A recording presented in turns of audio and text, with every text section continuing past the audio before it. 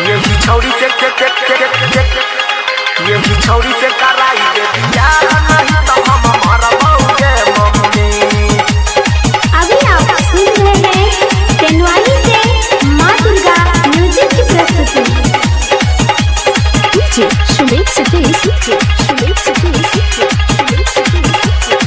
हाथ में हल्दी लगाई दे आप नहीं पढ़बोगे मम्मी। हाथ में हल्दी लगाई दे आप नहीं पढ़बोगे मम्मी। यही छौरी से छौरी गोरखी से यही छौरी से कराई दे बियाह नहीं तो हम मरबोगे मम्मी। यही छौरी से कराई दे बियाह नहीं तो हम मरबोगे मम्मी। हाथ में हल्दी लगाई दे आप नहीं पढ़बोगे मम्मी। हाथ में हल्दी लगाई दे आप नहीं पढ़बोगे मम्मी। यही छौरी से छौरी गोरखी से यही छौरी से कराई दे बियाह नहीं तो हम मरबोगे मम्मी। यही छौरी से कराई दे बियाह नहीं तो हम मरबोगे मम्मी। यही छौरी से कराई दे बियाह नहीं तो हम मरबोगे मम्मी। अभी आप सुन रहे हैं युवा स्टार म्यूजिक की शानदार प्रस्तुति।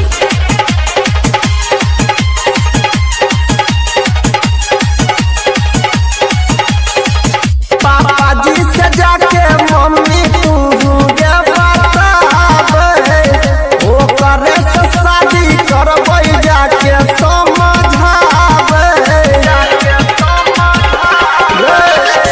पापा जी के जाके मम्मी तू के समझाबे ओ करे से शादी करबै जाके तू बताबे।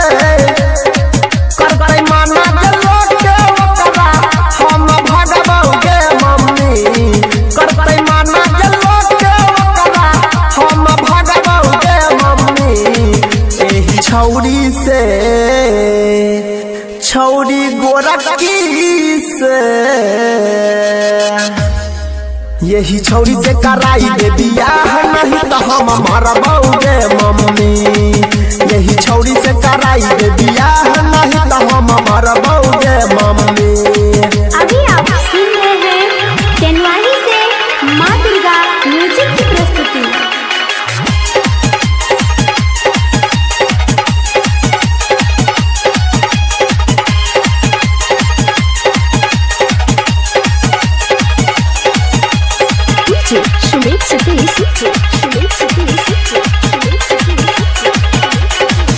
लव करे छियै मम्मी बतिया तू मान ले। अनिल के बियाह कके पुतहु के घरे आन ले। बे मम्मी सुना लव करे छियै मम्मी बतिया तू मान ले।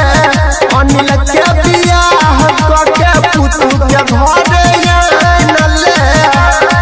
प्रेम रंजन कमलेश देवेंद्र में डरबोगे मम्मी। प्रेम रंजन कमलेश देवेंद्र में डरबोगे मम्मी। एही छौरी से छौरी गोरखी से यही छौरी से कराई दे बियाह नहीं तो हम मरबोगे मम्मी। यही छौरी से कराई दे बियाह नहीं तो हम मरबोगे।